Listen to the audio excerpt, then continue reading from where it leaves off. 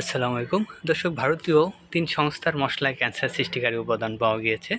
এটি আন্তর্জাতিক একটি সংবাদ। এটির বিস্তারিত আমি তথ্য জানাবো। আপনারা সবাই সাবধান হবেন ভারতীয় মসলা কেনার ক্ষেত্রে। দেখি আসলে সংবাদের মূল বিষয়টা কি। ভারতীয় ৩ সংস্থার মসলায় ক্যান্সার সৃষ্টিকারী উপাদান পাওয়া গিয়েছে।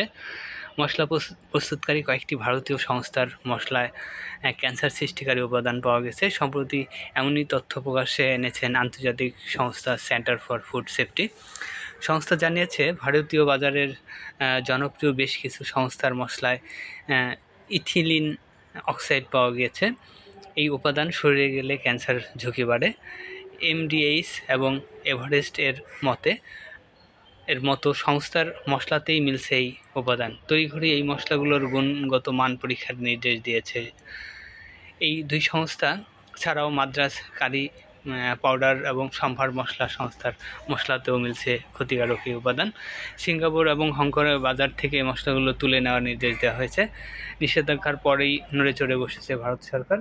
সিঙ্গাপুর এবং হংকংয়ের ভারতীয় এই সংস্থাগুলোর মশলার বিক্রির উপর নিষেধাজ্ঞা জারি দেওয়ার পর গোটা ভারতে এভারেস্ট সহ বাকি সংস্থার মশলা নমুনা সংগ্রহ শুরু হয়েছে। Food safety and standard authority of India মশলার নমুনা সংগ্রহের দায়িত্বে রয়েছে। এভারেস্ট সংস্থার ফিশকারি মশলা নির্ধারিত সীমার বেশি ইথিলিন অক্সাইড পাওয়া গেছে।